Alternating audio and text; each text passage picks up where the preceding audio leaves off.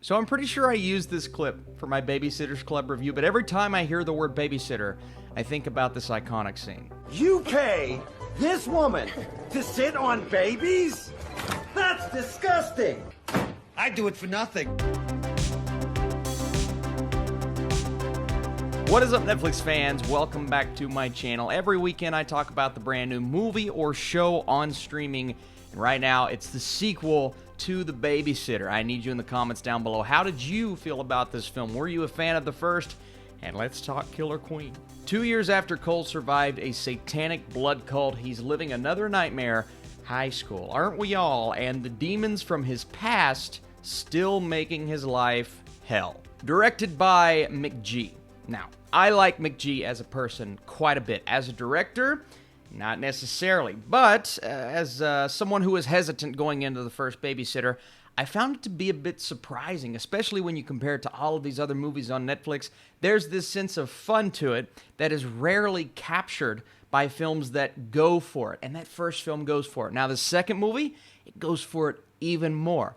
And I mean full-on blood, crazy elements, characters that do wacky things, a lot of jokes, in my opinion, that don't land, but they try. And that's one thing I can appreciate and respect. And then you have just this returning cast, and you've watched the trailer, so you kind of know that most of the individuals are back. So we'll talk about those. This is a non-spoiler review. I will have a spoiler video on my channel kind of talking about are we getting a sequel or not, because there are seeds planted. But I want to talk about the fact that there are a lot of people going to be on both sides of the fence with this movie.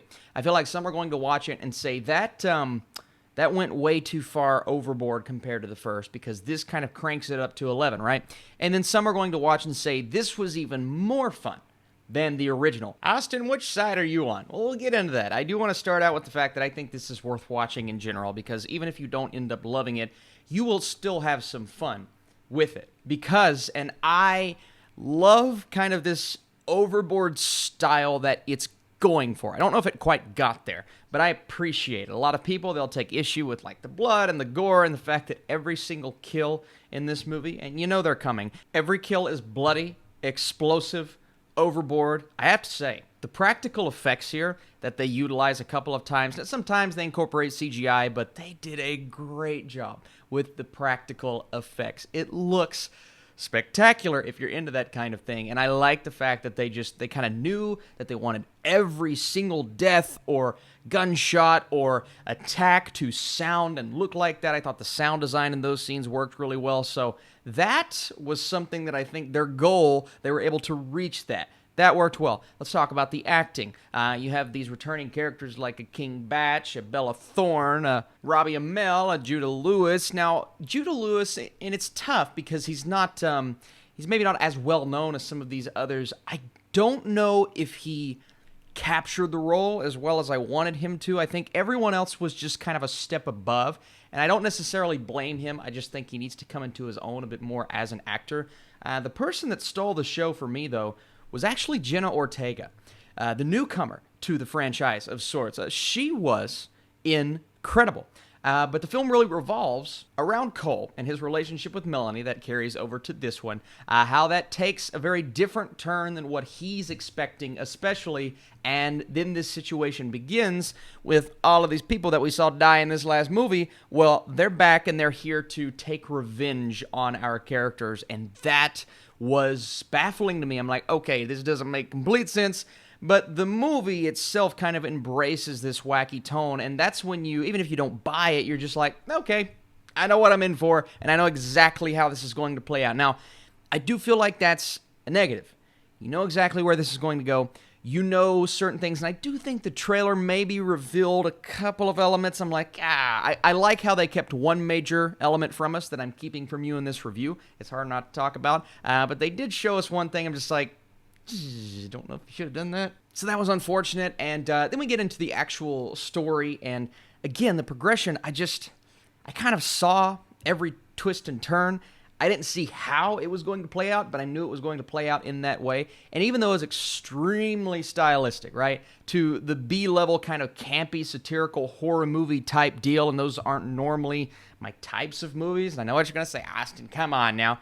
but it's just not a movie that I prefer. So when it started falling into that category, I don't know if I was enjoying myself as much as a lot of people will. And that's not me saying stray away from this film. It's just not my style.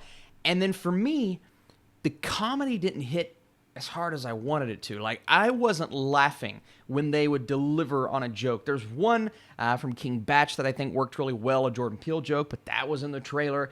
A couple of reoccurring jokes that I thought, oh, were pretty funny, but for the most part, the humor wasn't necessarily my style of humor. Everyone's going to feel differently about that, but I needed a bit more there. Then there's this ongoing thing. They keep bringing up Terminator and how the sequel was better than the original, and I understand what they're going for, but then you look at a director like McG, who directed the worst Terminator movie in Terminator Salvation, so I'm like, are you playing a joke on yourself, or are you just saying Terminator things because the sequel's better than the original? So I'm like, I don't know if that necessarily worked. And filmmaking-wise, I know some of y'all don't care, but I didn't love certain decisions. Like, there's one scene on a boat where it's a clear dub. It's a clear voiceover because I guess the boat sounds were too loud for you to hear their microphone, so they go back and they do a voiceover, and it doesn't look all that great. And the music is so loud during that scene, you could tell they were trying to hide a few things, so I'm like, I didn't like the way that was constructed. I also thought it went a little bit too overboard with the stylistic elements, like the graphics and the flashbacks and these things that pop on screen. At first, I'm like, oh, this is good, but then I'm like, they're just going way more overboard than the original went. I think the original, the beauty of it is that it kind of scaled back and it was able to take its time with these characters and allow us to feel something for them, whereas this film, I think it's moving a bit too fast. And the third act was a big problem for me because things fell into place perfectly. And they say in the movie, what if it didn't happen like this? How would it have turned out? But it was like every single thing that had to happen happened. And even though the movie is a satire regardless, I didn't buy it. And if you don't buy those decisions, well, you're going to feel a bit down about the film. So as a whole, I don't think this lives up to the original. But if you like this kind of going way overboard, then I think you may even like this more than the original. And that's why I feel like this movie is going to end up being a bit divisive. So it's not terrible. It knows exactly what it is. I just prefer kind of the style of the original. Regardless, I need you in the comments down below. Which side of the fence are you on? Did you love this film? Did you not like this film? Honestly, I can see both sides. I'm kind of down the middle, and that's why I'm going a 50% with my score.